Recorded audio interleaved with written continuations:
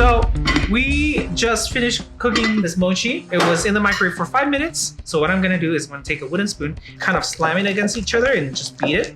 And it'll look more and more translucent as you mix it. And you just wanna do it for like around 1 minute until it forms into just like one solid dough. And what you're gonna do is we wanna starch our cutting board. You wanna be very, very generous with it and just cover it all. Cover your hands, and you want to work fast but very, very careful. I have potato starch on the bottom.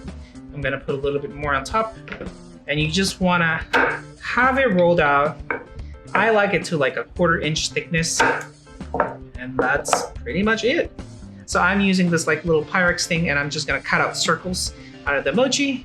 And so what I'm gonna do now, I have these mochi skin that we've cut out. Get a brush, and you want to kind of just dust off any excess starch.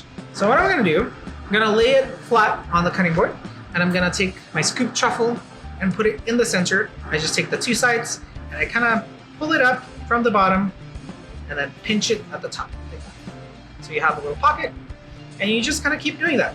And you take the other side, do that, and take the other side and pinch it. And when you pinch it, you really want to pinch it just to make sure it's completely closed and it's sealed off. And you're doing all the way. And if there's any holes or tears, don't worry, you can like always patch it up. And so what you end up in the beginning is this. You can kind of leave it like this, and it's kind of a super rustic Daifuku. It's kind of pretty. It looks like a little package or parcel. But you can also kind of shape it with your hand using the edges of your hand, palm. You can kind of shape it to any shape that you want. You can kind of flatten it. But for me, I like that little parcel. It looks like a little purse, and it's perfect.